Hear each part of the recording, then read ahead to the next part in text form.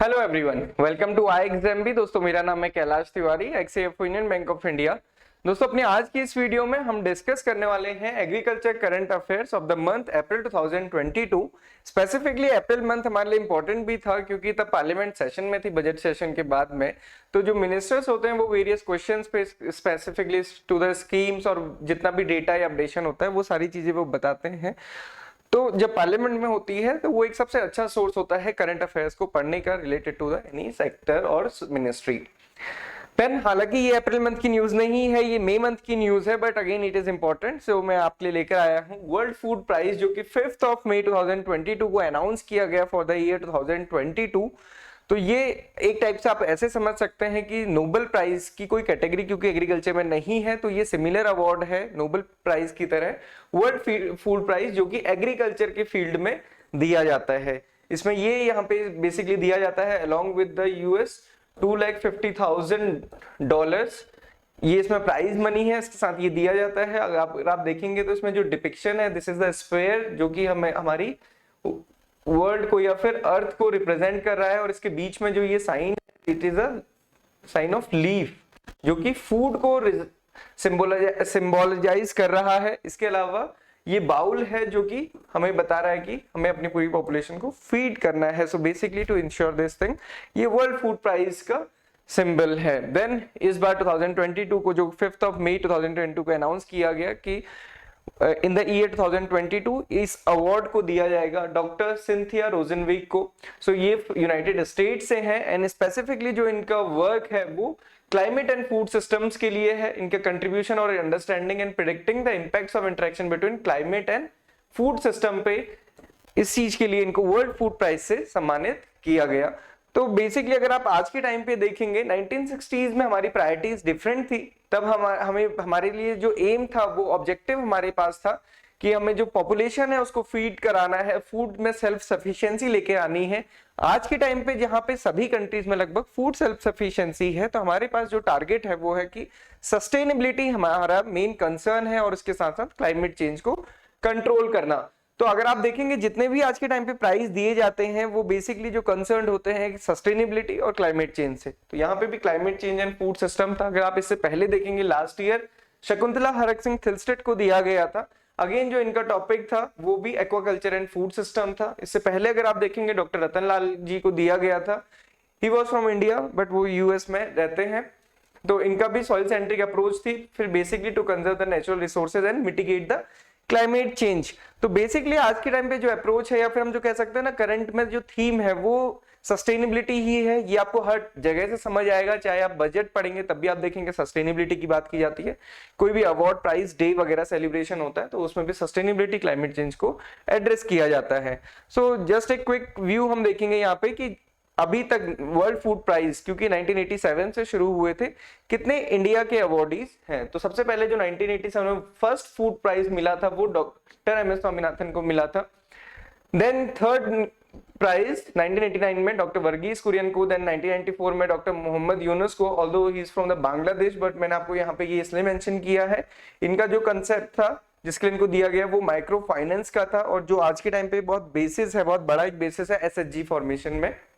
1996 में गुरुदेव सिंह खुश, जीएस खुश भी हम बोलते हैं, बेसिकली राइस ब्रीडर थे, उन्होंने गोल्डन राइस बनाया था enriched in the vitamin A. Then 1998 में doctor B R Barwale, Mahyco के जो फाउंडर हैं, इन्होंने distribution and production of hybrid seed all over the country 1998 के टाइम पे या उससे पहले किया था। देन 2000 में doctor S K Vasal for the quality protein maize. 2005 में डॉक्टर मोदुदुगु विजय गुप्ता। 2014 में doctor Sanjay Rajaram, and then अभी हमने 20 में देखा doctor Rattan Lal. So these are the awardees of the world food prize from India. Now अब हम आते हैं जो अप्रैल मंथ के करंट अफेयर्स थे।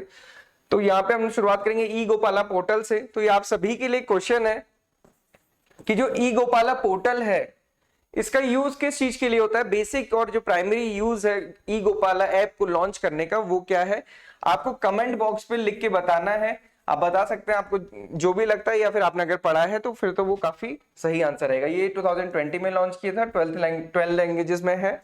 स्पेसिफिकली ये एक डिजिटल प्लेटफॉर्म है to help the dairy farmer for managing their animal. तो ये आपके लिए हिंट है, आपको बताना है कि डेयरी फार्मर्स को ये ऐप कैसे हेल्प करती है। Okay, then is the agriculture income, ये हमने पहले भी डिस्कस किया। एवरेज मंथली इनकम जो पर एग्रीकल्चर हाउस होल्ड है वो 10,218 एंड एसओ का ये सर्वे था। देन इसके अलावा काला नमक paddy was in the news, ये जीआई टैग है बेसिकली पूर्वांचल जो यूपी और बिहार वाला एरिया है। तो सिद्धार्थनगर एंड उसके 10 neighbouring district of the eastern UP में ये बेसिकली प्रोड्यूस किया जाता है। Okay, then is the USTTAD scheme. Ustad scheme is not the new scheme, ये 14 मई 2015 को ही लॉन्च हो गई थी, पुरानी स्कीम है। बेसिकली इसका एक रिव्यू हम यहाँ पे देख रहे हैं, मिनिस्ट्री ऑफ माइनॉरिटी अफेयर्स की है। तो सेकंड क्वेश्चन आपके लिए ये है कि आपको बताना है कमेंट में कि जो माइनॉरिटी अफेयर्स मिनिस्टर अभी एट प्रेजेंट कौन है। Okay, this scheme is 100% central sector scheme, जो पूरी की पूरी फंडिंग है वो सेंट्रल गवर्नमेंट की है। ये उस्ताद स्कीम है, माइनॉरिटीज के लिए है स्पेसिफिकली, जो आर्ट्समैन होते हैं या फिर क्राफ्ट्समैन होते हैं, जो उनकी ट्रेडिशनल नॉलेज से जो स्पेसिफिक काम कर सकते हैं जो कहीं भी नहीं हो सकता है, उसके लिए ये स्कीम को लॉन्च किया गया। इसमें कंपोनेंट्स अगर आप देखेंगे तो पहला कंपोनेंट है upgradation of skills and training, then is apprenticeship stipend, then support to the craft museum and then Hunar Haat and Shilp Utsav. तो पहला देखेंगे updation of the skill and training का क्या मतलब है कि जो उनकी ट्रेनिंग और स्किल उनको प्रोवाइड करनी है। देन उसमें अप्रेंटिसशिप के दौरान स्टाइपेंड उनको प्रोवाइड करना है, देन उनको हैंड होल्डिंग या फाइनेंसिंग के थ्रू उनको सपोर्ट करना है, एंड देन फाइनली जो भी उनका प्रोड्यूस है या फिर जो भी उनकी आर्ट्स एंड क्राफ्ट्स है उसको सेल करने के लिए प्रॉपर प्लेटफॉर्म उनको प्रोवाइड करना। So this is the USTTAD scheme by the ministry of minority affairs.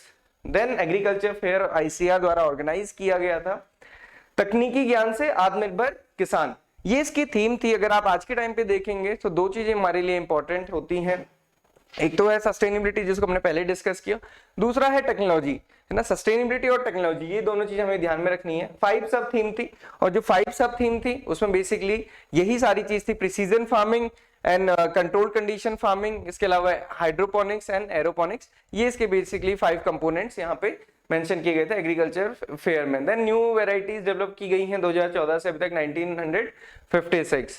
Then technology के लिए जो अभी स्कीम वर्क कर रही है that is the SMAM, submission on agriculture mechanisation, 2014-15 से ये स्कीम वर्क कर रही है। It is the centrally sponsored scheme, अभी हमने उस्ताद स्कीम देखी थी वो सेंट्रल सेक्टर स्कीम थी, this is a centrally sponsored scheme. Sponsored scheme का क्या मतलब है, जिसमें सेंट्रल गवर्नमेंट और स्टेट गवर्नमेंट के बीच में शेयरिंग होती है। Then is the Pradhan Mantri Annadata आय संरक्षण योजना, इसके 3 कंपोनेंट है, one is the PSS price support scheme, then is the price deficiency payment scheme, and then private pilot procurement stockist scheme PDPS scheme. So ये these are the 3 component of the Pradhan Mantri Annadata आय संरक्षण योजना। ये कभी कभी component पूछ लिए जाते हैं एग्जाम्स में, तो ये आप देखेंगे। देन जो अभी एक रिसेंट एडवांसेस हुई है, हालांकि ये इस पे काम बहुत लंबे टाइम से चल रहा है, बट ये माना जाता है कि इसके आने के बाद से काफी सारे चेंजेस हमें देखने को मिलेंगे एग्रीकल्चर में, and this is the idea, India digital ecosystem of agriculture, this is the idea, and this is the architecture of digital AgriStack with the unique idea of the farmers. तो basically है क्या कि जो ministry of agriculture है उसने Microsoft के साथ एक मेमोरेंडम ऑफ अंडरस्टैंडिंग साइन किया, so to run a pilot project for the 100 villages, किस चीज के लिए, to provide a unified farmer service interface through its cloud computing services।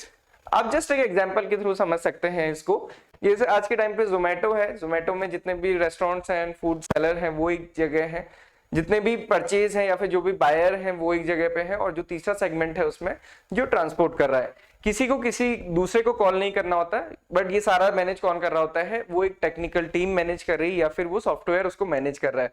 Similarly अगर आप एग्रीकल्चर में देखेंगे तो एक जगह फार्मर है जो कि प्रोड्यूस कर रहे हैं, दूसरी जगह जो सेलर है जहां जिसको उसको सेल किया जा रहा है, और फाइनली कंज्यूमर है।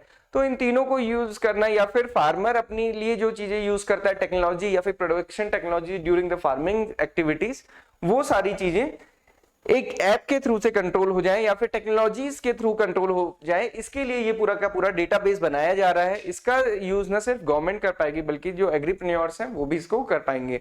So it is the collection of technologies along with the digital databases that focus on the farmer and the agriculture sector. So again ये एक बहुत बड़ा ब्रॉड टर्म होगा जिसके बाद काफी सारी चीजें आसान होंगी। Then ministry of agriculture and farmer affairs ने 25 से 30 अप्रैल के लिए कैंपेन शुरू की थी, किसान भागीदारी प्राथमिकता हमारी। बेसिकली ये अवेयरनेस ड्राइव थी जिसमें कि गवर्नमेंट ने जो अपनी वेरियस स्कीम्स हैं उनको उससे फार्मर्स को अवेयर कराया था। Then is the farmer producer organisation. तो फार्मर प्रोड्यूसर ऑर्गेनाइजेशन, क्योंकि ये काफी इंपॉर्टेंट है स्पेसिफिकली 2020 के बाद से, तो एक तो इसका लोगो को लॉन्च किया गया, ये इसका लोगो है, थोड़ा ब्लर आपको यहाँ पे दिख रहा होगा। तो अभी क्या है कि मोर देन अभी तक 5.87 लाख फार्मर मोबिलाइज हो चुके हैं, 3 lakh farmers have been registered as a share holders of the FPOs, ये इसका अपडेट है। बट अगर हम थोड़ा सा एफपीओस के बारे में जाने तो एफपीओ बेसिकली एक फार्मर और प्रोड्यूसर का ऑर्गेनाइजेशन होता है जो कि रजिस्टर्ड होता है या तो कंपनीज एक्ट में या फिर कोऑपरेटिव सोसाइटी एक्ट में, जिस भी स्टेट में वो रजिस्टर्ड है। ओके, सो बेसिकली फोकस क्या है कि उनको एक लीगल आइडेंटिटी भी मिले और फिर वो उसके बाद purpose of leveraging collective through the economics of the scale of production and marketing of the agriculture and the allied sector, ये सारी चीजें वो कर सकें। देन इसको फैसिलिटेट करने के लिए, क्योंकि एफपीओ फॉर्मेशन है जो किसी एक का काम नहीं है या फिर सेंट्रल गवर्नमेंट या स्टेट गवर्नमेंट का काम नहीं है, various agencies are involve.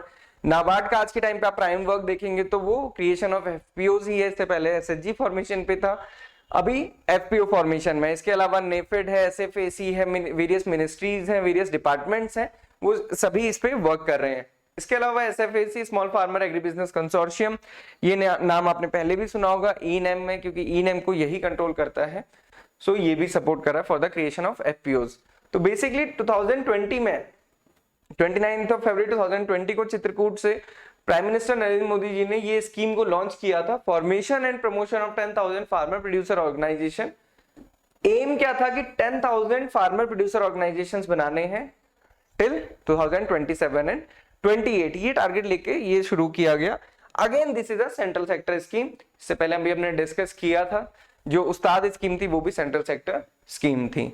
Then progress of FPOs अगर हम देखेंगे तो यहाँ पे 200 वुमेन हैं जिन्होंने फोकस किया, फोकस्ड एफपीओज है, विमेन फोकस्ड एफपीओज हैं।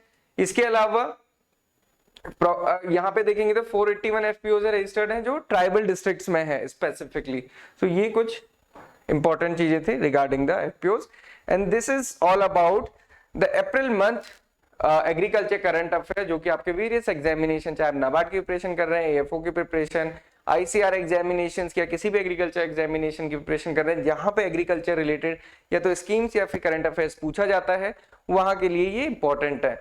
सो आप जो मैंने आपसे क्वेश्चंस पूछे, आई होप कि आप इसका आंसर करेंगे। इसके अलावा आप कोई भी चीजें और अगर आप जानना चाहते हैं, इसके साथ हमारी बाकी सीरीज चल रही है, तो आप हमें कमेंट बॉक्स पे लिख के बता सकते हैं। इसके अलावा आप हमारे एग्री बी टेलीग्राम चैनल को जरूर ज्वाइन करें, वहां पे हम रेगुलरली क्विज पोस्ट करते रहते हैं और mock test for the every courses, जितने भी एग्जाम्स होते हैं सभी के लिए मॉक टेस्ट आपको IXMB की साइट पे फ्री मिल जाएंगे, तो आप उनको जरूर अटेम्प्ट करके जाए या प्रीवियस ईयर पेपर दें, वो सारी चीजें आपको क्वेश्चनर इंटरफेस के साथ आपको हमारे IXMB की वेबसाइट पे मिल जाएंगी। सो आप उनको जरूर अटेम्प्ट करें। Thank you for watching this video, have a good day ahead.